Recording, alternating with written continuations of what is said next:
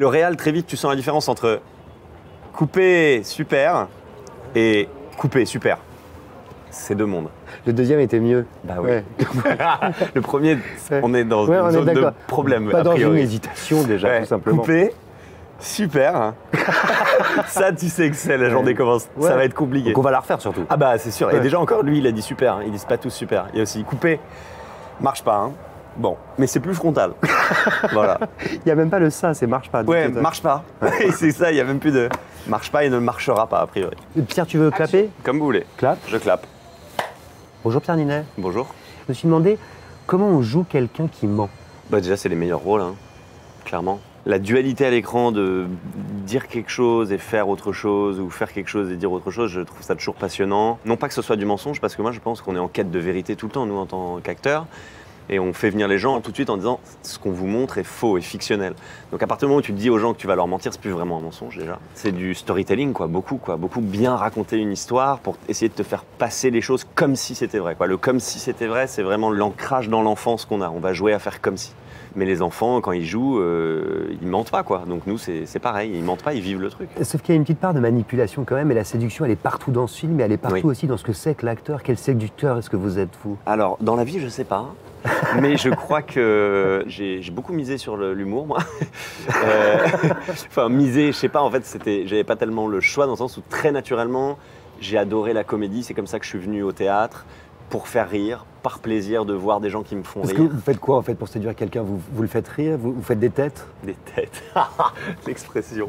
Des têtes, je Moi peux faire des j'ai têtes. fait des têtes. Hein. Vous avez fait Ouais, des têtes? ouais, Comment? ouais. Je voudrais les voir. Bah, par, les par yeux. pitié. Ok. Vous? Ah, ça, Ah, mais c'est pas de l'humour du coup, presque on était ça- vraiment presque sur ça a un marché gars qui peu. croit qu'il est... Non, mais ça vous est déjà arrivé de vous faire prendre à votre propre jeu, de vous faire berner, manipuler, de vous faire avoir en fait? Moi je cherche que ça à me faire manipuler. C'est intéressant, quand vous dites manipuler, je cherche qu'à me faire manipuler, vous dites quoi? Non, ce que je veux dire c'est que en amour on cherche que à se faire un peu avoir quand même aussi. On Ouais. sait que c'est le risque et on le court volontiers.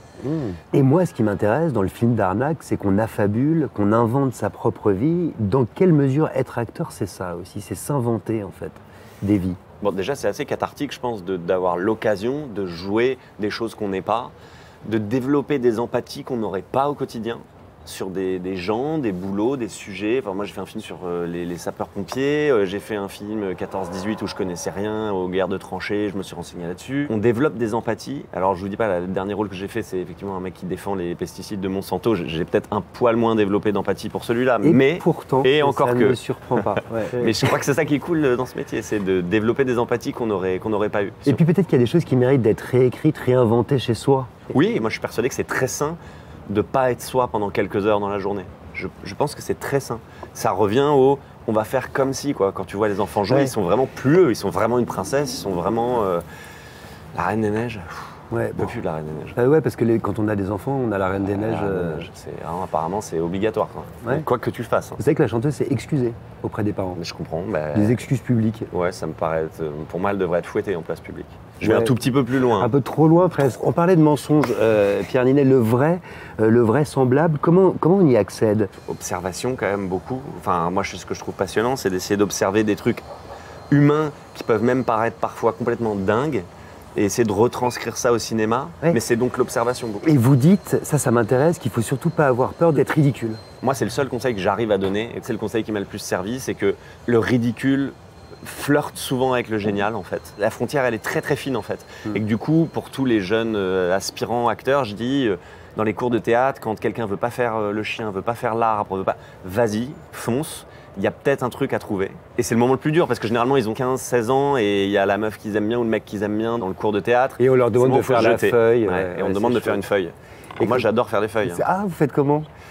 Mais je prépare ça, j'ai un projet Ouais. sur un homme-feuille, Oh, ok. possiblement. Mais j'aime bien quand vous dites que c'est là où le génial apparaît, comme s'il fallait à un moment donné un petit peu d'imprévu, une surprise en fait, pour qu'il se passe quelque chose, Ouais. pour que ce soit juste. Oui, je pense que c'est vraiment un métier du contrôle et du lâcher-prise, quoi. Il y a vraiment les deux. Si t'es que dans le contrôle et la technique, tu seras un acteur pas forcément si captivant, il va te manquer le petit extra, mais si t'as pas la technique et que t'es que dans le lâcher-prise, la nature et tout, bon, il faut qu'on soit à ton chevet, quoi, pour attraper le bon truc au bon moment, quoi. Mais c'est le mélange des deux que je trouve passionnant. En fait, il faut un accident. Il faut un accident sur un terrain préparé pour qu'il n'y en ait pas. Et vous, votre plus gros accident? Oh là là, celle-là, elle est dure. J'ai eu alors beaucoup des trous au théâtre, ça m'est arrivé. En fait, les plus gros frissons vraiment de « oh putain », c'était sur Phèdre, à la Comédie Française. Je jouais Hippolyte. Et je démarrais la pièce et je savais qu'il y avait derrière 2 heures de texte et le vertige de commencer la pièce et commencer les premiers mots en me disant il te reste 600 lignes de texte et il faut pas en rater une, gars, ils connaissent tous. Tous les gens devant là, il y a toujours 150 personnes qui connaissent le texte par cœur, voire qui ont le texte en main et qui te surveillent à la Comédie Française, qui jugent tout simplement. Et ça c'était flippant. Et une fois dans Un chapeau de paille d'Italie, je suis arrivé sur scène à la fin au dénouement sans le chapeau de paille d'Italie.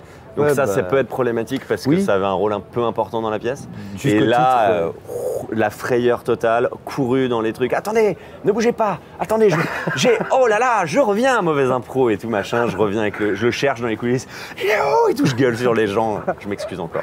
Vous avez été jeune premier, pompier, Hippolyte à la Comédie Française, Yves Saint-Laurent, aviateur, psychanalyste, j'en passe et des meilleurs. Est-ce qu'un acteur, ça doit savoir tout jouer? Ah non, je pense qu'il y a autant d'acteurs que de méthodes d'acteurs.